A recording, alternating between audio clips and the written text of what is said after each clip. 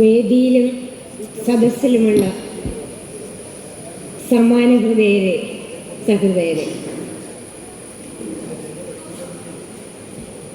എങ്ങനെ തുടങ്ങണമെന്ന് എനിക്കറിയില്ല. To begin is the most difficult task.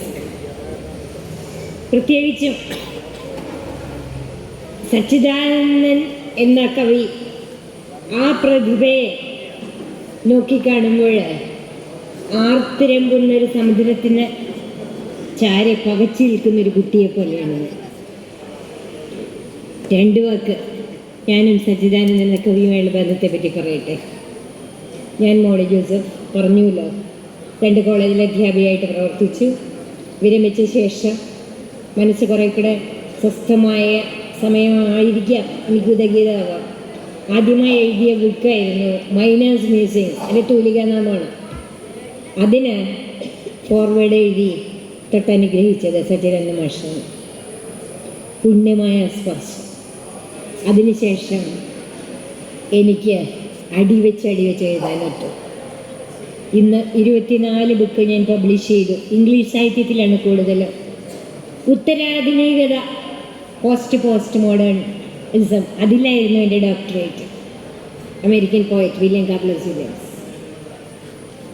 അങ്ങനെ വന്നിരിക്കുന്ന ഈ അവസരത്തിൽ ഇത്തരം ഒരു വേദിയിൽ വന്ന് 2 വാക്കുകൾ കൃതജ്ഞതയോടെ സംസാരിക്കാൻ എനിക്കൊരു അവസരം തന്നതിന് റാവുണ്ണി മാഷിന്, കാവ്യശിഖയ്ക്ക്, ഇതിനോട് ബന്ധിപ്പിച്ച സംഘടനകൾക്ക് എല്ലാവർക്കും ഞാൻ നന്ദി പറയുകയാണ്. പ്രിയപ്പെട്ടവരെ, പറയുകയുണ്ടായി ഇവിടെ പ്രബന്ധം അവതരിപ്പിക്കുകയാണ്. ഈ നട്ടുചെയ്യ ഊണും കഴിഞ്ഞ് വന്നിരുന്ന പ്രബന്ധം കേൾക്കാനും അത് കാണാനും ഉള്ളതൊക്കെ ഇച്ചിരി ഒരു ബുദ്ധിമുട്ടുള്ള സമയമാണ്. ഞാൻ പ്രബന്ധമായിട്ടല്ല, എന്തുകൊണ്ട് സച്ചിദാനന്ദൻ എന്ന കവി എന്നെ വിവർത്തനം ചെയ്യാനായിട്ട് ഇൻസ്പയർ ചെയ്തു, വാട്ട് ഈസ് ബിഹൈൻഡ് ഇറ്റ്, അതാണ് ഞാൻ പറയുന്നത്. ഒരു 2 മിനിറ്റ് അതിനോട്, സമയം കുറവേ ഉള്ളൂ എന്ന് പറഞ്ഞു, 10 മിനിറ്റേ ഉള്ളൂ. എന്തുകൊണ്ട് ഈ കവി, മറ്റു കവികളെ ഞാൻ മലയാളം കവിതകൾ വിവർത്തനം ചെയ്തിട്ടുണ്ട്, ജി ശങ്കരക്കുറുപ്പിൻ്റേത്. പക്ഷെ എനിക്ക് എന്നും മനസ്സുകൊണ്ട് ഞാൻ നമിക്കുന്നത് ഇദ്ദേഹത്തെയാണ്, സച്ചിദാനന്ദൻ മാഷ്. അതാണ് ഞാൻ ചോദിച്ചത് അങ്ങനെ ഇവിടെ എങ്ങനെ ഉണ്ടോയെന്ന്, പിന്നീട് കേൾക്കുകയായിരിക്കും. കാരണം ഒരു വിശ്വകവിയാണ്.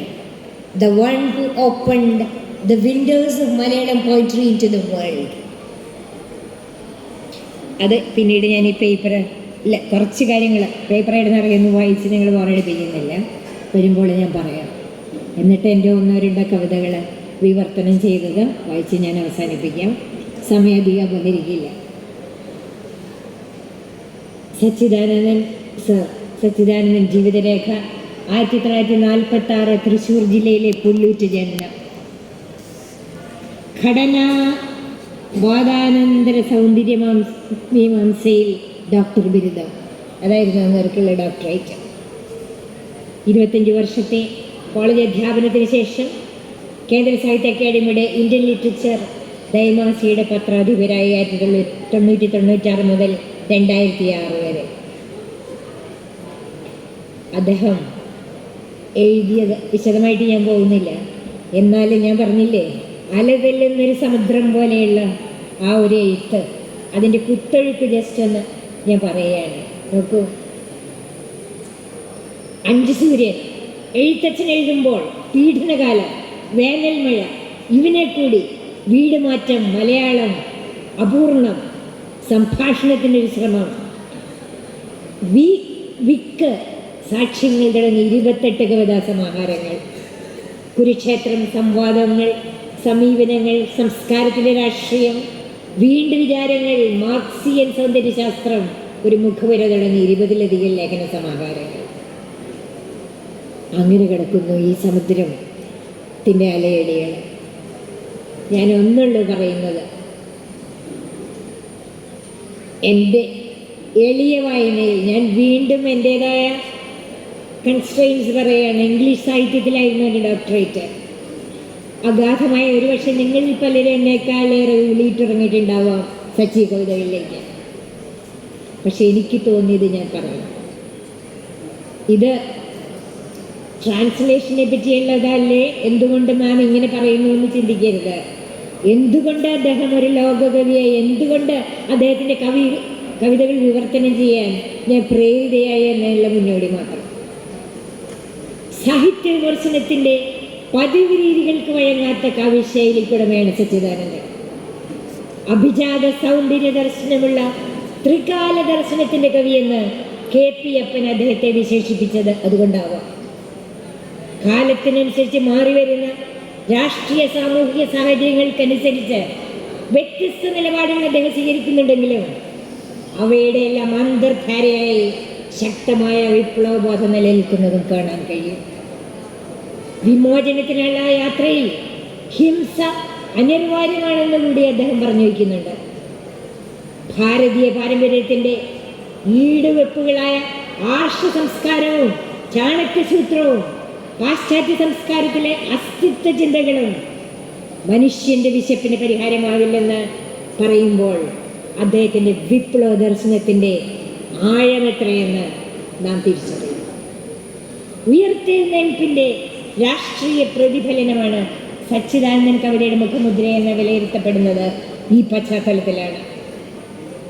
സിംഹത്തിനും മാൻകുട്ടിക്കും ഇടയിലൂടെ പോകുന്ന വഴിയേത് എന്ന ചോദ്യത്തിലാണ് താൻ എത്തിച്ചേരുന്നത് എന്ന പ്രസ്താവനകൾ അദ്ദേഹത്തിൻ്റെ ഹിംസയോടുള്ള ചായ്വിന് നീതീകരണം കണ്ടെത്താനാകുമെന്ന് തോന്നുന്നു. ഞാൻ ഹിംസയെക്കുറിച്ച് ഒരു വിവാദം എന്ന കവിതയിലെ ഏതാനും വരികൾ ചെല്ലട്ടെ. നോക്കൂ, ഹിംസയ്ക്കും അഹിംസയ്ക്കും ഇടയിൽ ഇരുമ്പ് മതിലൊന്നുമില്ല. ആപേക്ഷികമല്ലാത്തൊരു മൂല്യവും ജീവിതത്തിനില്ല. ഗർഭിണി തൻ്റെ ഉദരത്തിലേക്കും ദിൽ തൻ്റെ കരിഞ്ഞ ഉടലിലേക്കും കോർബോ തൻ്റെ അറ്റുപോയ കാലുകളിലേക്കും നോക്കി. ഗർഭിണിയുടെ ഉദരത്തിനകത്ത് നിന്ന് ഒരിളം ശബ്ദം പ്രതിധ്വനിച്ചു. എനിക്ക് മനസ്സിലായി. മഹായുവതി തൻ്റെ വീർത്ത വയർ ചൂണ്ടി പറഞ്ഞു, ഇതിനുത്തരവാദി അങ്ങാണ്. ഗാന്ധി ഒരു സെഞ്ചിരി തിരിച്ചതേയുള്ളൂ. എനിക്ക് അയാളെ വെട്ടിത്തുണ്ടാക്കാമായിരുന്നു, പക്ഷേ അങ്ങ് പഠിപ്പിച്ച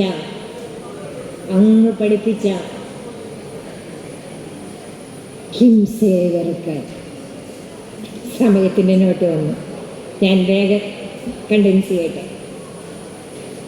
ഇതിലുള്ളതിലാണ്. അപ്പോൾ സുരക്ഷയ്ക്കായുള്ള മിതമായ പ്രതിഹിംസ അത് പ്രതിപാദിക്കുന്നുണ്ട് ചിലയിടങ്ങളിൽ. ഒരു വാക്കുകൊണ്ടോ ഒരു പ്രയോഗം കൊണ്ടോ ഭൂതത്തിലേക്കും വർത്തമാനത്തിലേക്കും ഭാവിയിലേക്കും സച്ചിദാനന്ദൻ എന്ന കവി പടർന്നു കയറുന്നത് കാണാം. അതുകൊണ്ട് തന്നെ ഒരു കാര്യം ഉറപ്പാണ്, കാലഘട്ടത്തിൻ്റെ കവി എന്നതിൽ അപ്പുറം അദ്ദേഹത്തെ നമ്മൾ വായിക്കേണ്ടിയിരിക്കുന്നു. പെരുന്നാളിനും ഉത്സവത്തിനും നിറപ്പകിട്ടകാൻ തൂക്കുന്ന തോരണം പോലെ വഴുവഴുപ്പുള്ള വാക്കുകൾ കോർത്തിട്ട വള്ളിയല്ല സച്ചിദാനന്ദൻ കവിത. വിടവുകളിലൂടെ വെളിച്ചത്തിൻ്റെ മുനകൾ നീട്ടുന്ന ദീപനാളം പോലെ വാക്കിനുള്ളിൽ ഒളിഞ്ഞിരുന്ന അർത്ഥത്തിൻ്റെയും ദർശനത്തിൻ്റെയും നിലപാടുകളുടെയും കാഴ്ചപ്പാടുകളുടെയും തിളങ്ങുന്ന സൂചിമിനകൾ ആസ്വാദകൻ്റെ ചങ്കിലേക്ക് എയ്തിടുന്ന സമകാലികവും ഒപ്പം തന്നെ കാലാതീതവുമായ വാഗ്മയങ്ങളാണ് അദ്ദേഹത്തിൻ്റെ കവിതകൾ ഭൂരിഭാഗവും. പ്രിയപ്പെട്ടവരെ, കുറച്ചുണ്ട്, അതിലേക്കൊന്നും ഞാൻ കടക്കുന്നില്ല സമയപരിധി കൊണ്ട്. ഈ കവി എങ്ങനെ ഈ ട്രാൻസ്ക്രിയേഷൻ രണ്ടുമാണ്. ട്രാൻസ്ലേഷൻ അതേപടി നമ്മൾ ട്രാൻസ്ലേറ്റ് ചെയ്യാം.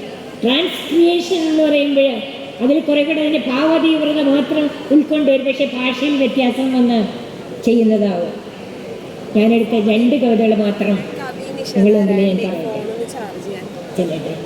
ഒന്ന് സൈനികൻ്റെ ആത്മകഥ. ഒരു സോൾജറാണ്, യുദ്ധം കഴിഞ്ഞിട്ട് എല്ലാം ഹോമിക്കപ്പെട്ട് മടങ്ങി എല്ലാം നഷ്ടപ്പെടുന്ന സൈനികൻ. The futility of war. Wilfred അവനൊക്കെ എഴുതിയിട്ടുണ്ട് അതിനെപ്പറ്റി. അർത്ഥമില്ലായ്മ യുദ്ധത്തിൻ്റെ. മലയാളം ഞാൻ വായിക്കാൻ സമയമില്ല, അതുകൊണ്ട് ഇംഗ്ലീഷിലേക്ക് പറയാം, അല്ലെങ്കിൽ കുറച്ച് ലൈൻസ് പറയാം. എൻ്റെ കൈകളിൽ രക്തം പുരണ്ടിരിക്കുന്നു, ശത്രുവിൻ്റേതെന്ന രാജ്യം, മനുഷ്യൻ്റേതെന്ന് ഞാൻ. അവൻ്റെ വീഴ്ച എൻ്റെ കണ്ണിൽ നിന്ന് മായുന്നേയില്ല. ആശ്ലേഷിക്കണമെന്നുണ്ടായിരുന്നു, കുടുംബത്തെയും കുഞ്ഞുങ്ങളെയും കുറിച്ച് ചോദിക്കണമെന്നുണ്ടായിരുന്നു. പക്ഷേ അവനെ ഞാൻ ഭയന്നു. അവൻ എന്നെ എന്ന പോലെ തന്നെ.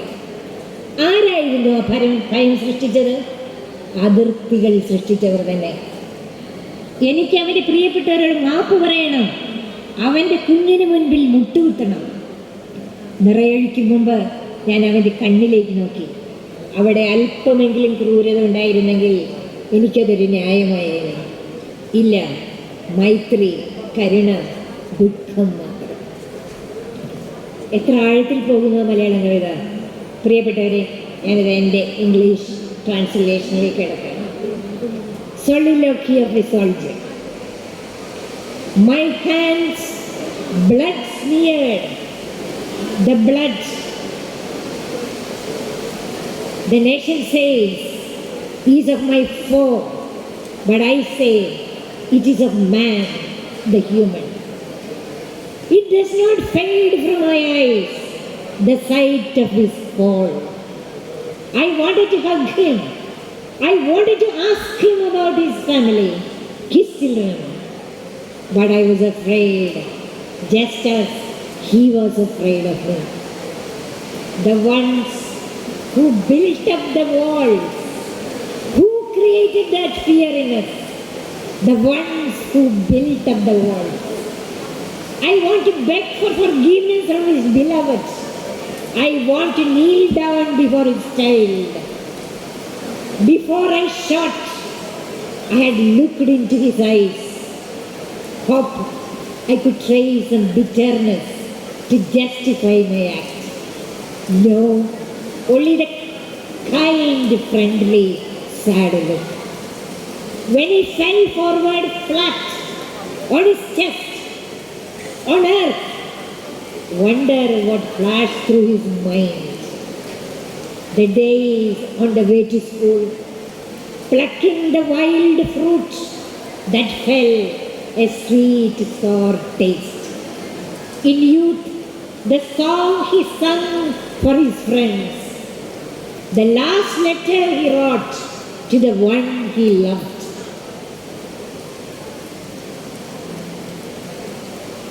Yes, the blurred vision of his mother's eyes cast on the rural narrow pathway, the gentle wind that wafted over the ripe paddy fields, the heartbroken cries of his sister when his body was brought out from the coffin, the caravan. Emotions not for a soldier, his life a walk through the desert where questions dry up even in sprouts. His silence, that of the lamb forceless. His scramble and screech of the bull whose neck the knife, on whose neck the knife falls. Adieu, songs of valor. No heaven awaits me. In hell we eat from the same plate, same poison. We sleep in the same blood, thorn-strewn beds. We will cry our hearts together over our futile dreams of one world. Our futile dreams of one world. Sand walls, walling in, walling out. പ്രിയപ്പെട്ടവരെ, പല കവിതയിൽ അദ്ദേഹം പറയേണ്ട ഒരു അസാധ്യ സ്വപ്നം കണ്ടുറങ്ങും, ഒരിക്കലും നടക്കാനാവാത്ത one world. അത് എ ലെറ്റർ ടു ബാബ എന്ന് പറഞ്ഞ് ബാബയ്ക്കൊരു എഴുത്ത് എന്നുള്ളതിലുണ്ട്. നമ്മൾ ബാബ ആ വിദൂര സ്വപ്നം കണ്ടുറങ്ങേണ്ടി വരുമോ, നമ്മൾ ഒന്നിക്കുമോ എന്ന് ചോദിക്കുന്നുണ്ട് ആ കുട്ടി. അവൾ ആക്രമിക്കപ്പെട്ട, അവളുടെ എല്ലാം നഷ്ടപ്പെട്ട് കൊല്ലപ്പെട്ട ഒരു പെൺകുട്ടിയുടെ കഥയാണത്. ബാബയ്ക്കുള്ള എഴുത്ത് നിങ്ങൾക്കറിയാമായിരിക്കും. എത്ര ശക്തമായ ആഴത്തിലെ ആ ബിംബങ്ങൾ മനസ്സിലടിക്കുന്നു പ്രിയപ്പെട്ടവർ. അതേപോലെ നമ്മളോട് നേർത്ത് ചേർന്ന് നിൽക്കുന്ന എത്രയോ ഭാവങ്ങൾ. കണ്ടുമുട്ടുമ്പോൾ എന്നുള്ളൊരു കവിത നിങ്ങൾ വായിച്ചു കാണും. 30 വർഷത്തിന് ശേഷം തൻ്റെ പ്രണയിനിയെ, അവൾ വേറെ ജീവിതമായി, എന്നാലും കണ്ടുമുട്ടുമ്പോൾ ആ മനസ്സിലിരിക്കുന്ന ഭാവങ്ങൾ തൊട്ടെടുത്ത പോലെ അദ്ദേഹം എഴുതാണ്. ആ ഒരു ചെറിയ കവിതയാണ് അതുകൂടെ. ഓക്കെ, അത് ഞാൻ ഏതായാലും ചെല്ലുന്നില്ല, സമയാധിയായി. ഏതായാലും ഈ അപൂർവ പ്രതിഭയെ തൊട്ടറിയാൻ ഈ വണ്ടിയിൽ നിന്നൊരു പുതിയ കവിത വന്നിട്ടുണ്ട്. അതിൽ അദ്ദേഹം പറയുന്നുണ്ട്, ഞാൻ എല്ലാം കടന്നു പോയാലും എൻ്റെ ജഡം കടന്നു പോകുമ്പോഴും ആ കാക്കയുടെ കരച്ചിലിനുള്ളിൽ എൻ്റെ ശബ്ദം, എൻ്റെ നിലനിൽപ്പുകൾ അറിയും. ഒരു പക്ഷേ അതായിരിക്കും എന്നെ എൻ്റെ ലാസ്റ്റ് ബുക്ക് എഴുതാൻ പ്രചോദിപ്പിച്ചത്. ബീയിങ് ആൻഡ് ബിയോണ്ട് എൻ്റെ 24ാമത്തെ പുസ്തകം ഇറങ്ങിയത് എന്നും മറ്റുള്ളവരെ വളർത്താൻ സഹായിക്കുന്നു. എല്ലാവർക്കും വേണ്ടി ഇടം തരുന്ന ആ വലിയ കവി മനസ്സിന് പ്രതിഭയ്ക്ക് നന്ദി പറഞ്ഞു. എനിക്കിവിടെ സമയം തന്ന പ്രിയപ്പെട്ട ഭാരവാഹികൾക്ക് നന്ദി പറഞ്ഞു അവസാനിപ്പിക്കുന്നു. അടുത്തതായി വിവർത്തന സംവാദം അവതരിപ്പിക്കുന്നതിനായി ഡോക്ടർ ഗീതാ നമ്പൂതിരിപ്പാടിനെ സ്നേഹപൂർവ്വം ക്ഷണിക്കുന്നു.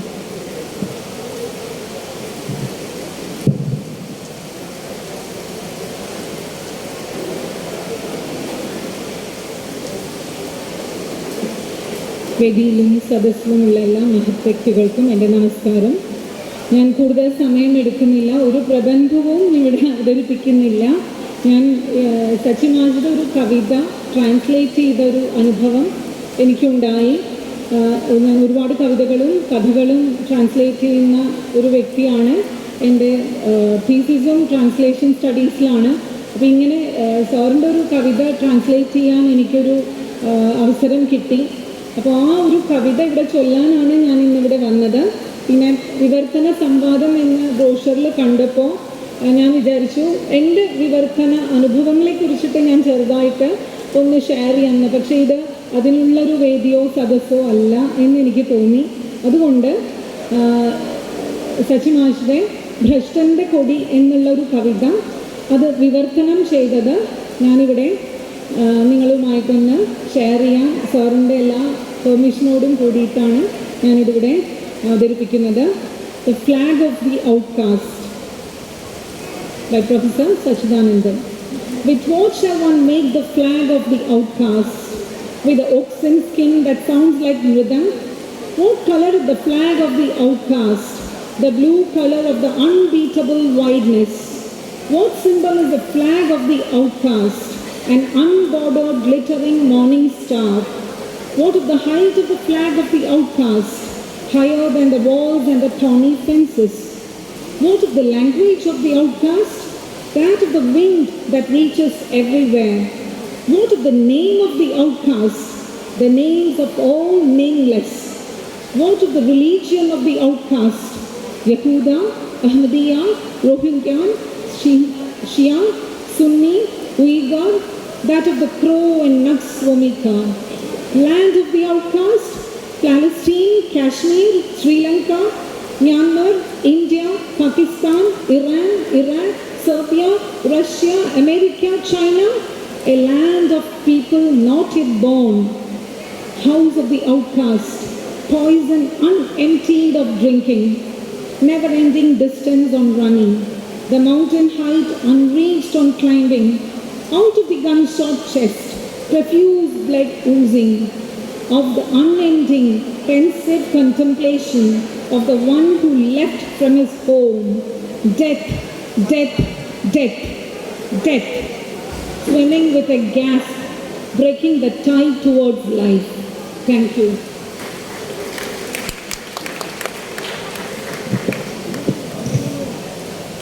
Thank you teacher.